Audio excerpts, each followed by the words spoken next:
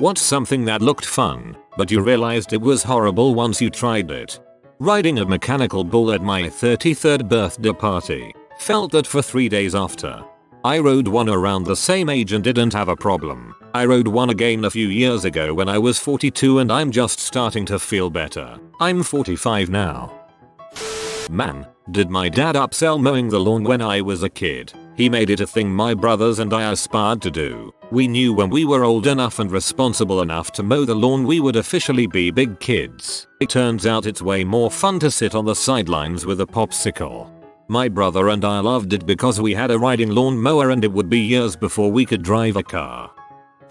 Exploring caves. It sounded amazing. Then I spent 8 hours knee deep in bat crap and crawling, or more accurately jamming my body through tiny passages face down, in the dark, with all types of vermin crawling on me in a 98°F hole in the ground. Then they were nice enough to tell me the most common cause of death is something called a dead hang. It's when you fall in a hole and get tangled in your climbing ropes and they can't find you or get you out. You just hang there all mangled up until you die. And that waterfall you can hear but can't see? I bet it's beautiful, but it's probably one of those places you could fall into pretty easily. Then when you're hours away from where you entered this heck hole and you've been in complete darkness for long enough, you get this feeling of dread they call the rapture. You'll give anything to get the frick out of there and see the sun again, but it's not possible. It will a very long time before you get out. It was an experience I am glad I had, but I'd never do it again.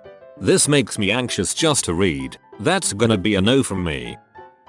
When I was a kid I kept seeing these kids with casts because they broke their arm or their wrist or their ankle, and I was so bummed because I'd never broken a bone. Then 3rd grade came and I broke my wrist in 3 places and my thumb in 2, and turns out it freaking sucks wrapping your arm up like a loaf of bread to take a shower.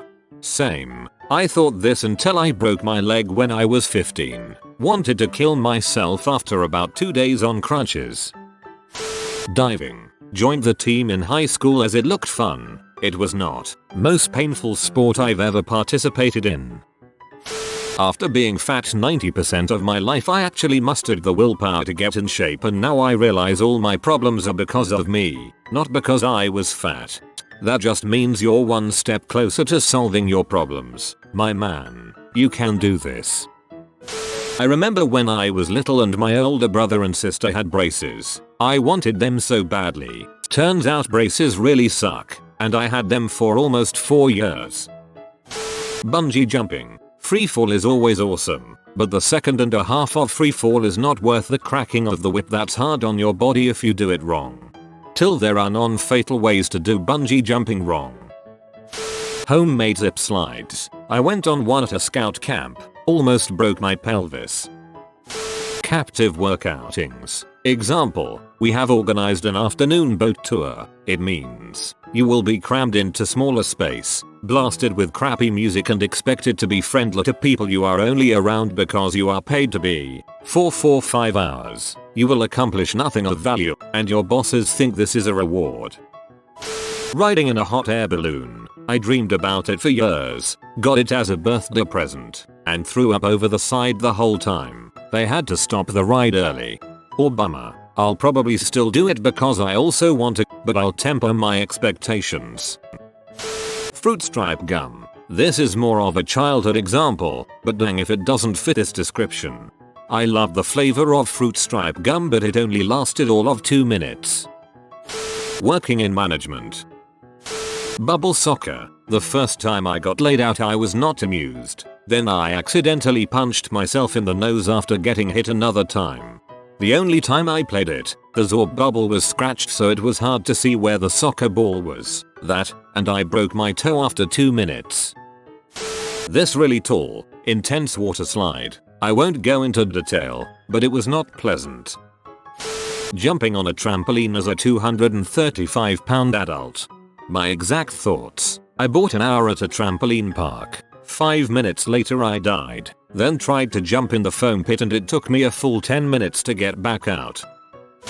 Hosting a New Year's party at my house with my extended family. It seemed fun and great at first, but after 3 hours into it, I was not enjoying it and had party remorse. I kept on telling myself, WTF did I get into? Why did I invite all these annoying people? Oh, that's the reason why I don't talk to my cousin that much. Worst part of it all, my family didn't leave until 2 days later. Somehow my party turned into this 2-day bed and breakfast stay. Never again. Heck no.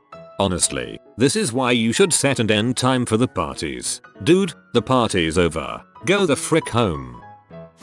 Marvin's Magic Drawing Board. My sister Urine Scout and I saw the infomercials when we were young. It looked amazing. I think it was like 3 easy payments of $9.99. The thing was basically a rainbow background with a gap, and then a clear film. So when you press the film, color shows through. But it never worked anything like the infomercial. We literally used it that day only. Sucked. Those foot vibrating machines at amusement parks, zoos, etc. that are supposed to make you feel better after walking around all day. Saw some kids sitting on the metal plate instead, laughing. Asked my dad for some quarters. Tried to do the same thing. The force of the vibration caused me to shut immediately. I've listened to an audiobook on the life of Nikola Tesla and there were a couple paragraphs about this crappy side effect that vibrations can have on the human body. Being a flight attendant. Live action roleplay. It looks like fun adult dress up fighting, but it ended up being a bunch of sweaty guys in badly made tunics hitting me with padded sticks. Lightning bolt, lightning bolt, lightning bolt. Shaving my legs. When I was too young to shave, I wanted to so badly. Now I avoid it for as long as possible.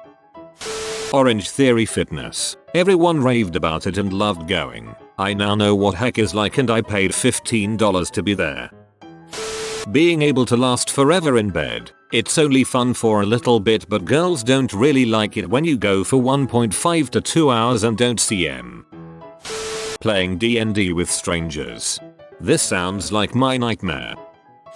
Spin class. It's an excellent workout, but I used to have to position my bike where I couldn't see the clock, because I'd look up and see that we had 25 minutes left or whatever and just want to die. Also, when you're first starting out, the pain to your vulva and bottom is excruciating. Anime conventions. I actually had a good time at the comic conventions I've gone to, but for some reason the anime ones have been smelly, overpriced, creepy, and downright disturbing in some aspects. I have never had my butt groped so many times in one day. I'm a guy BTW. Paragliding. My boyfriend and I were on this magnificent trip and decided to have no FOMO and go paragliding in the German Alps. My god, the views were spectacular, but my god, did I have to do everything in my power not to barf all over the views. I didn't realize that the motion sickness I get in twisty car rides would transfer during this activity. Only 100x more intense. The guide I was attached to swiftly handed me a bath bag but thanked me profusely for not using it when we landed because apparently it was full of holes.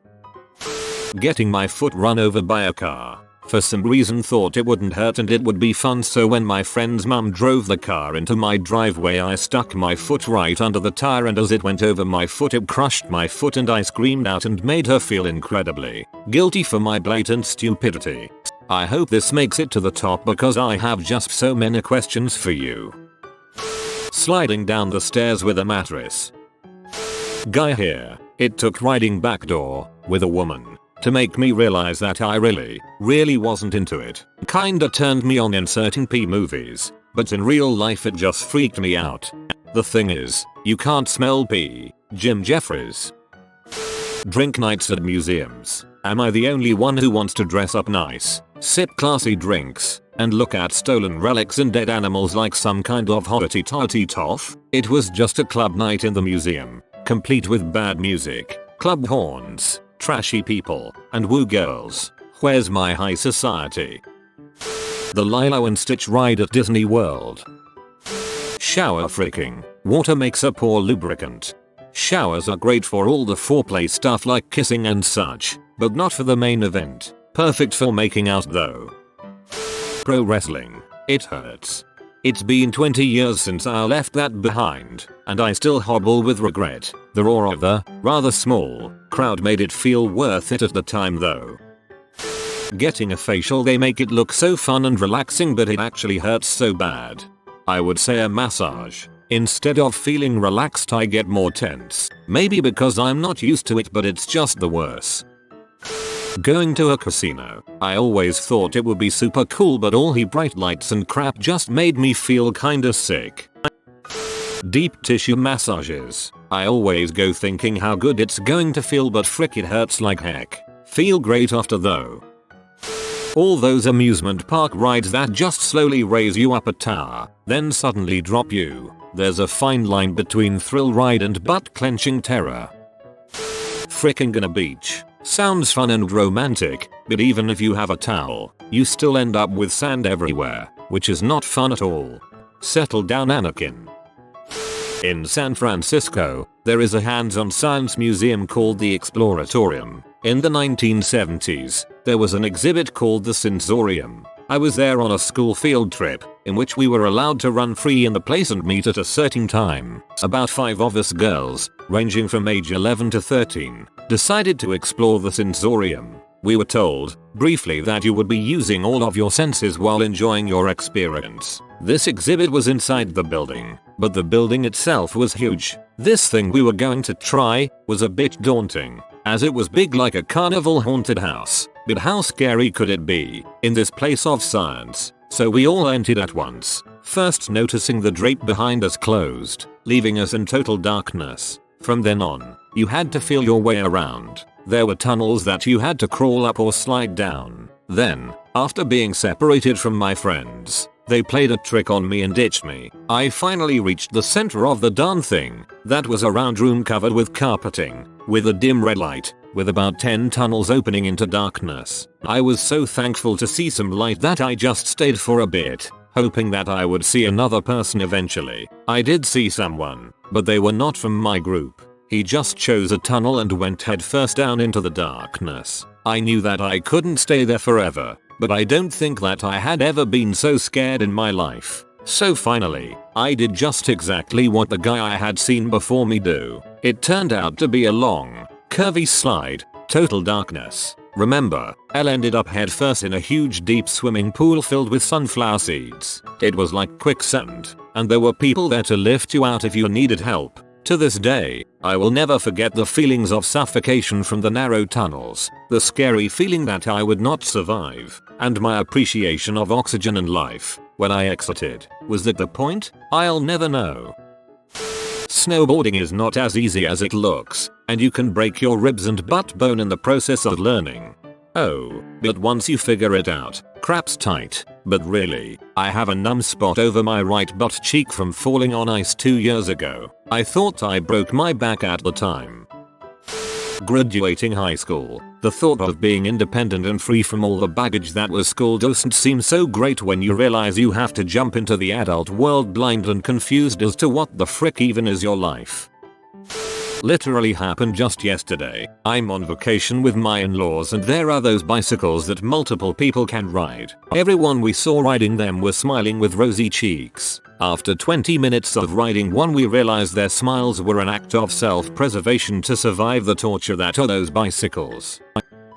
Shower freaking. I mean, sure, I'm naked, you're naked, let's be naked together. I'm down with that. But do we really need to do it in a little glass box where there's soap on the floor and not really enough room for both of us? Do we really need to pretend that we're not both just trying to stay under the hot water for long enough to stay warm, but that the pressure isn't enough for both of us to manage it at once? Can we at least acknowledge that water is a terrible lubricant, so any actual fricking, even if it was possible without us both clumsily pawing at each other, is going to be unpleasant for us both? And even if it did work, we've still got to shower off after the fact, which means, what, exactly? We've got to take shifts so we can both get clean properly? One of us just has to stand outside, freezing their butt off, while the other one spends 10 minutes washing their hair? I'm 30. I have a perfectly good bed. Let's do this right.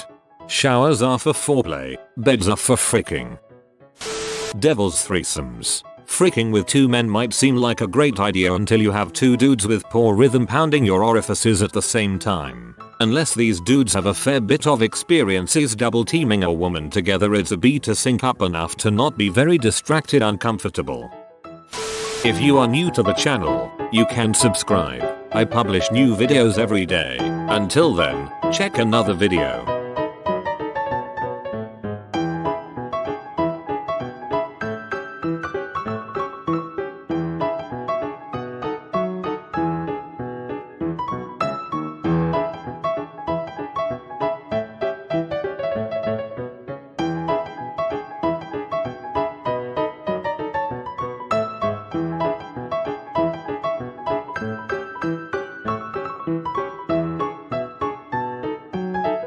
Bye for now.